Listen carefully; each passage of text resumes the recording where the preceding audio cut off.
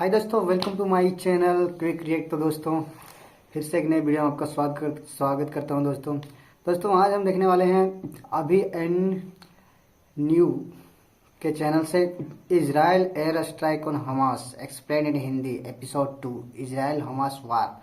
तो दोस्तों करते हैं वीडियो का स्टार्ट। देखते हैं क्या इस वीडियो में हमें इजराइल और हमास के बीच में जो युद्ध छिड़ी उसके बारे में और भी बारीकियों से जानने का मौका मिलेगा। तो बने रहिए मेरे साथ इस वीडियो के अंत तक। चलिए। इजराइल ने ईंट का जवाब पत्थर से दिया है। Israel is at war. We didn't want this. It was forced upon us in the most brutal and savage way. But though Israel didn't start this war, Israel will finish it. ये एक काफी strong statement है क्योंकि Israel के पास military power है, दुनिया की सबसे बेहतरीन टेक्नोलॉजी है और इजराइल के पास पूरे वेस्टर्न वर्ल्ड का सपोर्ट भी है। यानी अब इजराइल कहाँ रुकेगा किसी को पता नहीं। अब गाजा का हाल कुछ ऐसा है। गाजा का भैया तो बजा दिया बाजा इसने। गाजा में इलेक्ट्रिसिटी नहीं, वहाँ का इकलौता पावर स्टेशन फेल हो चुका है। गाजा को इजराइल ने घेर लिया है। उनके डिफेंस मिनिस्टर कहते हैं अंदर खाना नहीं पहुँचेगा, इलेक्ट्रिसिटी नहीं होगा और अल्टीमेटली टेररिस्ट को सरेंडर करना ही होगा। Gaza will never go back to what it was. Latest update ये 50 फैमिलीज को हमास ने हॉस्टेज लिया हुआ। 900 से ज्यादा इजरायली लोगों की जान गई है, 2700 से ज्यादा लोग इंजर हुए। इन टोटल 1300 से ज्यादा जगहों पर रॉकेट से हमला हुआ है और हमास ने छोटे बच्चों को भी नहीं छोड़ा। ऋषि सुनक यूके के प्राइम मिनिस्टर, उन्होंने एक ट्वीट में काफी स्ट्रॉन्ग मैसेज दिया कि जो लोग हमास को सपोर्ट करते हैं, उन्हें फ्रीडम फाइटर्स मानते हैं, वो लोग भी इस अटैक के लिए जिम्मेदार हैं। इतना क्लियर मैसेज देने के लिए करज लगता है। यस, इजराइल पैलेस्टाइन कॉन्फ्लिक्ट काफी पेचीदा है। यस, यहाँ वायलेंस पिछले 75 सालों से चला है। यस, दुनिया में कई लोग पैलेस्टाइन को भी सपोर्ट करते हैं।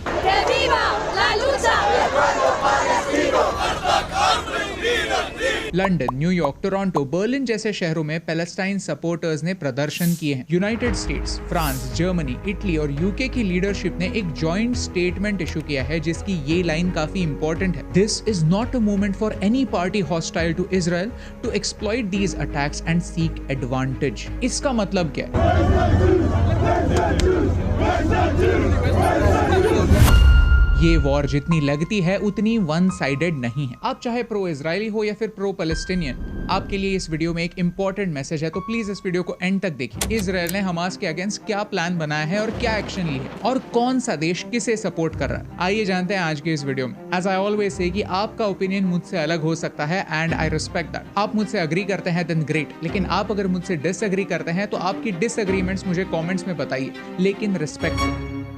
Alright, time for an update. 7 अक्टूबर से लेकर आज तक बहुत सारी चीजें बदली हैं। सबसे बड़ा अपडेट यह है कि इजराइल डिफेंसिव से ऑफेंसिव पे चला गया है। We will exact a price that will be remembered by them and Israel's other enemies. उनके प्राइम मिनिस्टर ने 5 पॉइंट एक्शन प्लान जारी किया। फर्स्ट एक्शन है जो घुसपैठ इजराइल के अंदर है उन्हें एलिमिनेट करो। सेकंड एक्शन है हमास के अगेंस्ट पहले कभी ना देखा हो इतना बड़ा अटैक कैरी आउट करो। थर्ड एक्शन है बाकी के बॉर्डर्स पर अलर्ट रहो और वहां सिक्योरिटी बढ़ाओ। फोर्थ एक्शन है इंटरनेशनल सपोर्ट जनरेट करो। फिफ्थ एक्शन है लोगों को यूनाइट करो, पॉलिटिक्स को दूर रखकर यूनिटी बढ़ाओ। उन्होंने कहा है कि हर वो जगह जहां हमास छुप कर बैठा है वो जगह मिट्टी का ढेर बन जाएगी और हमें यही देखने मिला। चलिए देखते हैं इजराइल वॉर के लिए कैसे प्रिपेयर कर रहा है। शुरुआत इजराइल में घुसे टेररिस्ट से करते हैं। खबरें कहती हैं कि 1500 टेररिस्ट को मार दिया गया है। फिर गाजा के हर उस एरिया पर अटैक हुआ जहां से मिसाइल्स लॉन्च हुए और 450 से ज्यादा टारगेट्स हिट भी हुए। यहाँ तक हमास के लीडर के घर पर भी अटैक हुआ ताकि वो छुप ना पाए। यहाँ अनफॉर्चुनेट बात यह है कि गाजा स्ट्रिप में कई हॉस्पिटल्स भी डिस्ट्रॉय हो चुके हैं। हमास ने इजराइल को वार्निंग दी है कि हर बार जब एयर स्ट्राइक होगी तो एक हॉस्टेज मरेगा। उन्होंने सिर्फ इजरायली नेशनल्स को ही नहीं, फॉरेन नेशनल्स को भी बंदी बना लिया, जिनमें एटलीस्ट 14 अमेरिकन और 10 फ्रेंच लोग शामिल है। इजराइल के लिए ये काफी चैलेंजिंग घड़ी है और उनका अप्रोच ऑल आउट ऑफेंसिव का है। एयर स्ट्राइक्स के बाद अगला स्टेप ऑन ग्राउंड फोर्सेस को गाजा में भेजने का होगा। उन्होंने ऑलरेडी 3 लाख से ज्यादा रिजर्व फोर्सेस रेडी रखे हैं। सिटीजन्स को ड्यूटी पर बुलाया गया है ताकि वो इस वॉर में हेल्प कर पाए। जैसे इजराइल को साउथ से हमास का खतरा है, वैसे ही नॉर्थ से हिजबुल्लाह का भी खतरा है। हेजबुल्ला एक लेबनान बेस्ड टेरर आउटफिट है। ये 1982 में बना था और इनका प्राइमरी पर्पस इजराइल से लड़ना ही है। इन्हें ईरान से बैकिंग मिलती है। 2021 में उनके लीडर हसन नसरल्ला ने डिक्लेयर किया था कि उनकी फौज 1 लाख फाइटर्स की बन चुकी है। अमेरिकन इंटेलिजेंस एस्टिमेट लगाती है कि हाल ही में $1 लाख से ज्यादा की अमाउंट इन फाइटर्स तक पहुंची है। डेंजर सिर्फ फिजिकल नहीं, डिजिटल भी है। रशियन हैकिंग ग्रुप्स ने इजरायली गवर्नमेंट वेबसाइट्स को हैक करना स्टार्ट किया। इसमें किलनेट नाम का एक ग्रुप शामिल है। इजराइल ने यूक्रेन और नेटो को बैक किया था और इसका ही बदला ये ग्रुप लेना चाहता है। इस ग्रुप ने अलग अलग सरकारी वेबसाइट्स को हैक करना स्टार्ट किया था ताकि इजराइल अंदर से वीक हो जाए और इस अटैक का सामना ना कर पाए। ओके, ये हो गए कुछ ग्रुप्स की बात, लेकिन कुछ देश भी है जो ओपनली हमास को सपोर्ट करते हैं, जैसे कि ईरान हमास का एक स्ट्रॉन्ग सपोर्टर रहा है और उनके प्रेसिडेंट ने हमास के लीडर से बात भी की है। अमेरिका का डिपार्टमेंट ऑफ डिफेंस कहता है कि ईरान ने सालों से हमास और हिजबुल्लाह दोनों को सपोर्ट किया है। कतर ऑफिशियल स्टेटमेंट में ये कहा है कि इस एस्केलेशन के लिए वो इजराइल को जिम्मेदार मानता है, यानी कतर भी हमास को सपोर्ट करता है। नॉर्वे ने डायरेक्टली नहीं लेकिन इनडायरेक्टली इंटरनेशनल कम्युनिटी को कहा है कि पैलेस्टाइन के लोगों के लिए एड देना जारी रखें। लेकिन सबसे इम्पोर्टेंट स्टेटमेंट सऊदी अरेबिया से, जहां MBS ने कहा है कि Saudi stands with Palestine. This is huge. ये हमास के लिए ऑलरेडी एक बड़ी विक्ट्री है। यानी इतने बड़े अटैक के बावजूद मिडिल ईस्ट की 2 सबसे बड़ी पावर्स ईरान और सऊदी दोनों उन्हें बैक कर रहे हैं, उन्हें सपोर्ट कर रहे हैं। इसीलिए वेस्टर्न दुनिया का वो जॉइंट स्टेटमेंट काफी इंपॉर्टेंट है, क्योंकि आज ये वॉर सिर्फ हमास और इजराइल तक लिमिटेड है, लेकिन जल्द ही इस वॉर की आग पूरे मिडिल ईस्ट में फैल सकती है और प्लेयर्स इधर डायरेक्टली या फिर एक प्रॉक्सी के थ्रू इस वॉर में उतर सकते हैं और ये सिनेरियो काफी डेंजरस होगा। इसका मतलब ये है कि मिडिल ईस्ट आने वाले कुछ सालों में काफी बड़े टर्मोइल से गुजरने वाला है। नए अलायंसेस बनेंगे, पुराने रिश्ते रिवाइव होंगे और एक मल्टीपोलर वर्ल्ड में हो सकता है कि इस एक इंसिडेंस की वजह से पूरा मिडिल ईस्ट यूनाइट हो जाए और एक इवन स्ट्रॉन्गर वॉइस बने। हो सकता है हमास फिजिकली वहां पर ना जीत पाए, लेकिन ये भी हमास के लिए काफी बड़ी जीत होगी। लेकिन इजराइल में इतना बड़ा इंटेलिजेंस फेलियर हुआ कैसे? इजराइल के पास दुनिया का सबसे एडवांस डिफेंस सिस्टम, जिसे हम आयरन डोम कहते हैं, और उसके बारे में हमने इस वीडियो में एक्सप्लेन भी किया। प्लस एक नहीं, तीन इंटेलिजेंस ऑर्गेनाइजेशंस इजराइल के सिक्योरिटी का ख्याल रखती हैं। इतनी प्रिकॉशन होने के बावजूद ये अटैक्स हुए कैसे? एक थ्योरी है, लेट्स अंडरस्टैंड। हमास पिछले 2 सालों से इजराइल को फंसा रहा है, पीस के नाम पर उन्हें गुमराह कर रहा है। उन्हें दोहा से मदद के तौर पर पैसे आते रहते हैं, प्लस गाजा के लोगों को इजराइल में जाकर काम करने का परमिट मिलता है। लेकिन हो सकता है कि इनमें से सारे लोग ऑनेस्ट ना हो, क्योंकि पिछले 2 सालों में हमास ने 1000 से ज्यादा टेररिस्ट को ट्रेन किया। इजराइल ने अपना फोकस गाजा से हटाकर वेस्ट बैंक पर करना स्टार्ट किया। उन्हें लगा कि अब हमास का फोकस गाजा को एडमिनिस्टर करने पर होगा, इजराइल पर नहीं। आगे जाकर वो इजराइल पर अटैक करने की नहीं सोचेगा। ये इजराइल की भूल थी। ये अटैक होने के 1 हफ्ता पहले ही एक रिटायर्ड मेजर जनरल ने उनके पेपर्स में कुछ आर्टिकल्स लिखे थे और इजराइल को वार्न करने की कोशिश की थी, जिसमें कहा गया था कि इजराइल इज नॉट प्रिपेयर्ड। उन्होंने वार्निंग भी दी थी कि हमास साउथ इजराइल के विलेजेस में ऑन फुट घुसने वाला है। उनके बैरिकेड में, उनके फेंसेस में ऐसे कुछ गैप्स हैं, कुछ लूप होल्स हैं जिन्हें एक्सप्लॉइट हमास कर सकता है, और वही हुआ। उन्होंने एडवाइस दी थी कि साउथ इजराइल में वॉर लाइक ट्रेंचेस बनाए जाएं और 70 साल से कम उम्र के हर इंसान को सेल्फ डिफेंस में गन चलाना सिखाया जाए। ये बहुत स्ट्रॉन्ग वार्निंग थी जो एक्स जनरल ने दी थी, लेकिन ये इजराइल ने मिस कर दी और यही उनकी सबसे बड़ी भूल थी। हमास को अंडर एस्टिमेट करना, उन्हें टेररिस्ट को ट्रेन करने से न रोकना, साउथ इजराइल पर फोकस ना करना, ये उनकी मिस्टेक्स। अगर आप इनके डिटेल्स पढ़ना चाहते हैं तो यहाँ पर पढ़ सकते हैं। आज इजराइल और पैलेस्टाइन दोनों काफी गंभीर सिचुएशन से गुजर रहे हैं। वेस्ट बैंक में क्लैशेस बढ़ रहे हैं। इजराइल ने पार्लियामेंट में कुछ कंट्रोवर्शियल लॉज पास किए, जिनकी वजह से उनकी डिफेंस फोर्सेस भी उनसे नाराज थे। इसीलिए हमास ने सोचा कि ये सही मोमेंट होगा इजराइल पर अटैक करने का। उन्हें लगा इजराइल अंदर से वीक, और ये भारत के लिए एक बहुत बड़ा लेसन है। हम पुराने कॉन्फ्लिक्ट्स को फॉर ग्रांटेड नहीं ले सकते। हम ऐसे नहीं सोच सकते कि 30-40 साल पहले जिन सेपरेटिस्ट मूवमेंट्स को हमने कर्टेल कर दिया था, हमने रोक लिया था, वो वापस उभर कर नहीं आएंगे। हमें हमेशा चौकन्ना रहना ही होगा। आज इजराइल में जो हो रहा है वो पूरी दुनिया के लिए एक मैसेज है कि किसी भी थ्रेट को लाइटली ना ले, अंडर एस्टिमेट ना करें।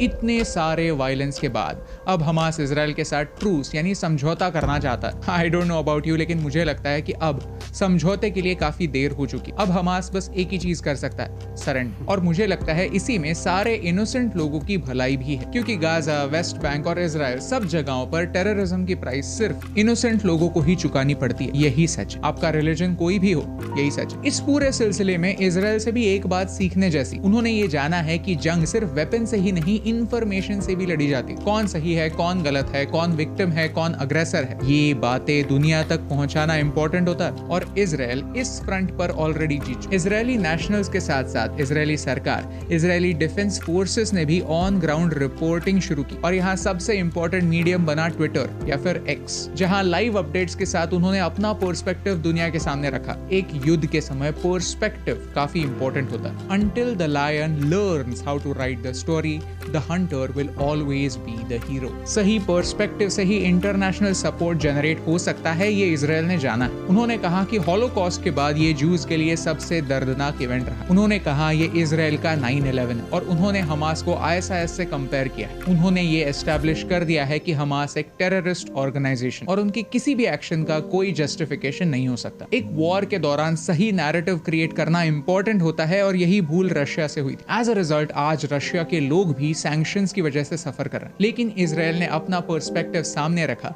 एक नैरेटिव बिल्ड किया और यही इजराइल की सबसे बड़ी जीत। आज दुनिया के हर कोने से इजराइल को सपोर्ट आ रहा है और नेचुरली यही करना सही भी लगता है। लेकिन एक सवाल इंपॉर्टेंट है कि क्यों पैलेस्टाइन के लोग अपना पर्सपेक्टिव सामने नहीं रख पाते? आंसर क्लियर है, क्योंकि वो हमास को कंडेम नहीं करते। आज लोगों को लगता है कि सिर्फ हमास को सपोर्ट करने से ही पैलेस्टाइन को सपोर्ट किया जा सकता है। पैलेस्टाइन को सपोर्ट करना हमास को सपोर्ट करने से इक्विवेलेंट हो गया। इसीलिए जब इजराइल पर 5000 रॉकेट से हमला होता है तो इमीडिएटली दुनिया में प्रोटेस्ट शुरू हो जाता है, प्रदर्शन शुरू हो जाता है, और वो भी इजराइल ने कोई भी एक्शन लेने से पहले ही। एज अ थर्ड पार्टी मुझे ये समझ में नहीं आता कि ये सारे प्रदर्शन पैलेस्टाइन के सपोर्ट में हो रहे हैं या इजराइल को नक्शे से हटाने के लिए। किसी भी प्रदर्शन में लोग हमास के वायलेंट मेथड्स को क्रिटिसाइज नहीं करते। इजराइल पर अटैक होने के बाद इजराइल को ही उनके कंडीशंस के लिए जिम्मेदार मानते हैं। सच तो यह है कि हमास ने पैलेस्टीनियन लोगों को भी हॉस्टेज बनाए रखा है। वो गाजा के हॉस्पिटल से रॉकेट लॉन्च करते हैं ये जानकर कि इजराइल बाद में इन्हीं हॉस्पिटल्स पर अटैक करेगा और इन्हें डिस्ट्रॉय करेगा। अल्टीमेटली सफर पैलेस्टीनियन लोग करेंगे। सोचने जैसी बात है कि पैलेस्टाइन का असली दुश्मन कौन,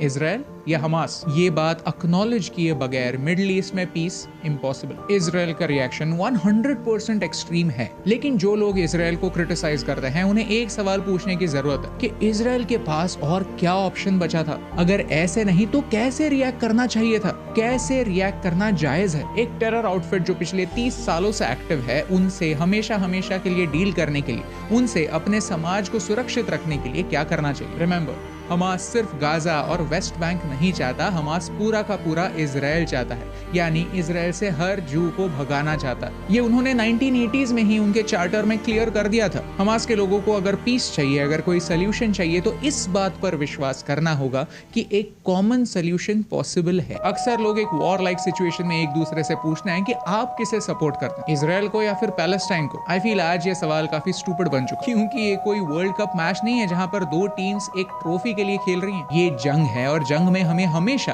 ह्यूमैनिटी की साइड लेनी चाहिए, जहां टेरर का विनाश हो और कम से कम इनोसेंट जाने जाएं, फिर वो किसी भी धर्म के, किसी भी साइड के क्यों ना हो। इस बात में सबको सेंसिटिविटी दिखाने की जरूरत है। कोशिश यही होनी चाहिए कि जिन लोगों को हॉस्टेज लिया गया है उनकी जान कैसे बचा सकते, साथ ही साथ फर्दर अटैक्स कैसे कम हो सकता है, डी एस्केलेशन कैसे हो सकता है, क्योंकि हर वॉर में सबसे पहली हत्या इनोसेंस की होती। Let me make it clear, Palestine को सपोर्ट करना और हमास को सपोर्ट करना, इन दो बातों में जमीन आसमान का फर्क है और ये हम सबको समझने की जरूरत है, स्पेशली उन लोगों को जो पैलेस्टाइन को सपोर्ट करते हैं लेकिन फिर भी हमास के एक्शंस को जस्टिफाई। वीडियो के एंड में मेरे दोस्त नास डेली या फिर नुसार यासिन की ये पोस्ट मैं आपके सामने लाना चाहता हूँ। नुसार खुद एक पैलेस्टीनियन इंसान है जिनकी फैमिली इजराइल में रहती है। एक पैलेस्टीनियन होने के बावजूद वो ये देख पा रहे हैं कि ये टेररिस्ट पैलेस्टीनियन कॉज को सपोर्ट नहीं कर रहे हैं बल्कि उन्हें डिस्ट्रॉय कर रहे हैं। वो मानता है कि इन अटैक्स के बाद मिडिल ईस्ट में पीस की संभावना काफी डिस्टेंट ड्रीम बन चुकी। आज तक वो खुद को पैलेस्टीनियन इजरायली मानता था,